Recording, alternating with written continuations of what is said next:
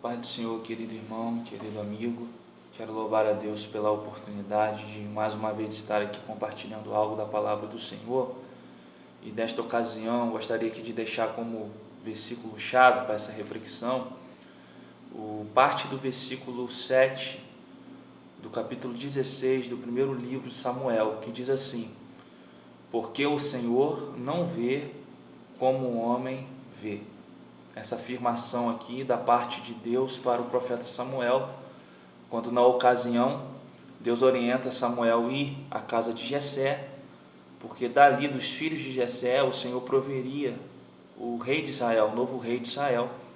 E quando Samuel chega ali, ele se impressiona com a estatura, com o porte físico, com o exterior dos filhos mais velhos de Jessé, alguns deles que, segundo a história, faziam parte até do exército de Israel. E ele começa a se impressionar e pensar que um deles seria o rei escolhido por Deus. E Deus fala: o Senhor não vê como o homem vê, eu não vejo como você vê, Samuel, e não é nenhum deles, não é nenhum desses. E o Senhor então fala que era para chamar o menor, o mais novo, Davi, que estava cuidando das ovelhas do seu pai. Então, querido, esse versículo tem muito a nos dizer. Repare que é uma afirmação que abrange muitos aspectos da vida. É uma afirmação de Deus: eu, o Senhor, não vejo como o homem vê. Então, querido, Deus ele nunca enxerga conforme um homem enxerga. E eu gostaria aqui, de uma forma bem objetiva, compartilhar 3 aspectos do olhar de Deus, 3 aspectos desse olhar diferente de Deus para você, para a vida, diferente daquilo que nós como seres humanos olhamos. O primeiro aspecto é o que está aqui nesse versículo. Deus fala: porque o Senhor vê o coração. Ou seja, o primeiro aspecto do olhar de Deus, que diferencia o olhar de Deus do nosso olhar, é que quando o homem olha para você, o homem só vê o exterior, o homem só vê aquilo que é externo, mas Deus enxerga também o interior, também o coração. Samuel, apesar de ser homem de Deus, ele era um homem, e ele se impressiona com o exterior daqueles irmãos mais velhos de Davi, com o porte, com a estatura, mas Deus ele olha também para o interior, e o coração de Davi agradava mais ao Senhor. O coração ali pronto para ser o próximo rei, o homem que seria conhecido como homem segundo o coração de Deus era Davi, apesar de Davi não ter um exterior que impressionasse. Então, querido, esse é o primeiro aspecto que diferencia o olhar de Deus do olhar humano. Deus ele olha também o interior. Davi sabia muito bem disso, e no Salmo 139 ele começa dizendo: Senhor, tu me sondaste e me conheces, de longe entende os meus pensamentos. Em outras palavras, ele estava dizendo: Senhor, tu és aquele que examina os meus pensamentos. Os doutores da terra, querido, eles examinam com auxílio de aparelhos o seu pulmão, o funcionamento, os seus batimentos cardíacos, o seu estômago, mas nenhum doutor da terra pode examinar a sua alma, examinar os seus pensamentos. Deus é aquele que examina a nossa alma. Deus é o único que enxerga uma alma sangrando, quando na verdade você está com um sorriso no rosto para esconder o sangramento da sua alma. Então eu quero te dizer, Deus não vê como o homem vê, porque Deus também enxerga o seu interior. Deus enxerga aquilo que está escondido lá dentro da sua alma, lá nas gavetas da sua alma. Então esse é o primeiro aspecto que diferencia o olhar de Deus do olhar do homem.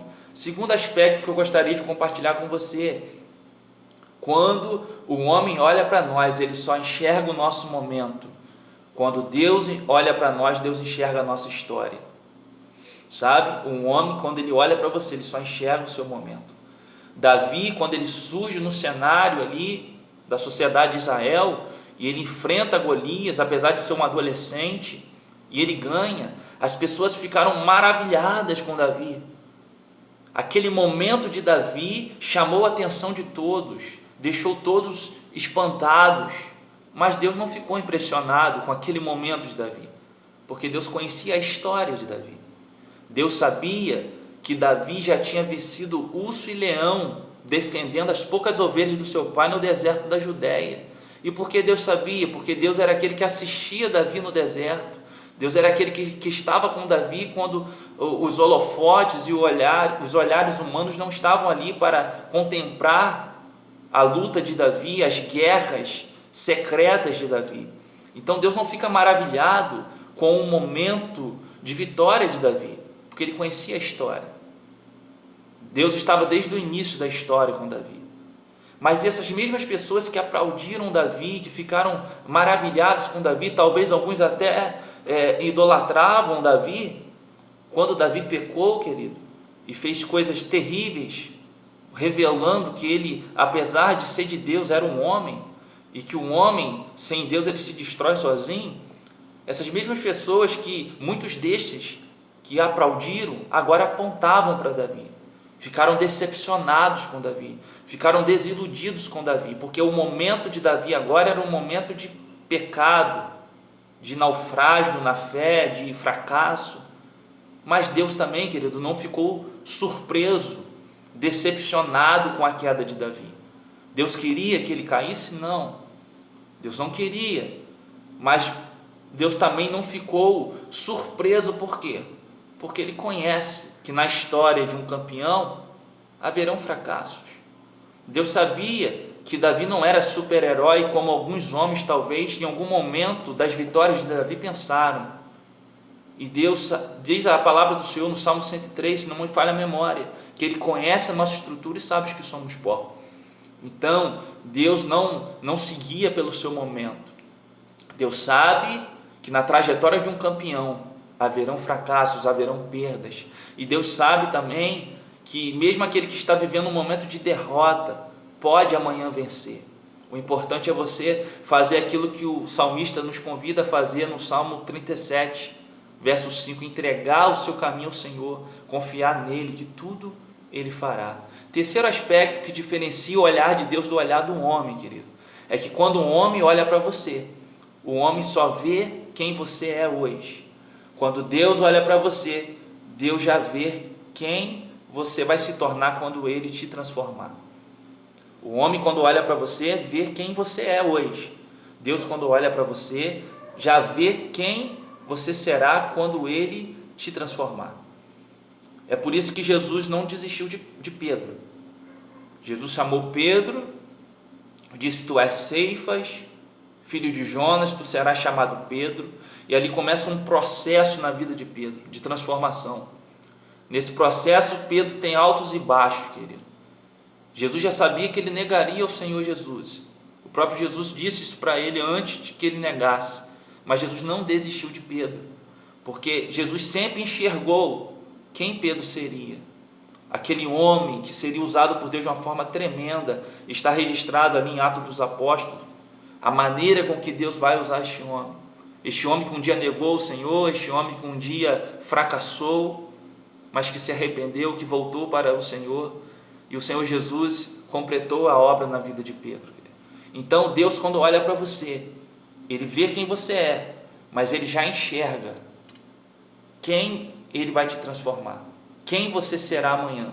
Deus é o único que, quando olha para você, já enxerga o teu amanhã, já enxerga o teu futuro. Basta que você viva o hoje para o Senhor, basta que você se volte para Deus no hoje, porque no amanhã certamente Ele fará coisas grandes na tua vida, querido.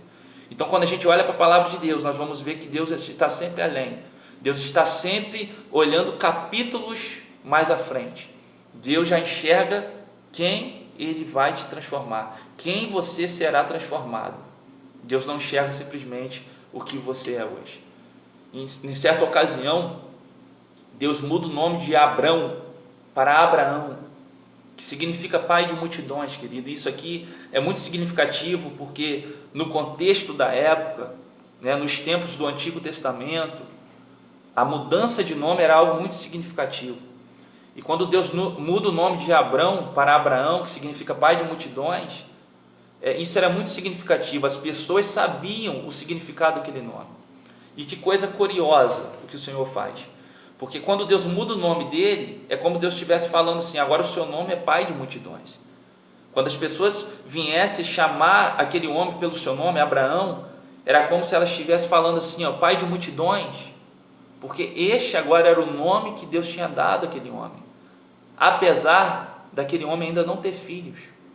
Olha que coisa curiosa, quem olhava para Abraão enxergava um homem sem filhos, um homem cuja a esposa era estéril, e onde os dois eram avançados em idade, mas Deus olhava para aquele homem chamado Abraão e já enxergava ele como pai de multidões, porque Deus, quando olha para você, ele já enxerga quem você vai ser. Deus não enxerga só quem você é.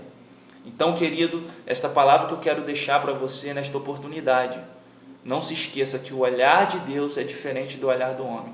Talvez você mesmo olhe para você e o que você enxerga em você é uma pessoa derrotada, fracassada, você só enxerga frustrações dentro de você, mas Deus está olhando para você, está te enxergando diferente. Ele quer te transformar, Ele quer mudar, Ele quer trazer um tempo novo na sua vida. Basta que tão somente você se volte para esse Deus, você entregue o seu caminho ao Senhor, que você se arrependa dos seus pecados, porque Ele tem algo novo para fazer no teu futuro, amém? Que Deus possa continuar abençoando a você e a sua família, no nome de Jesus.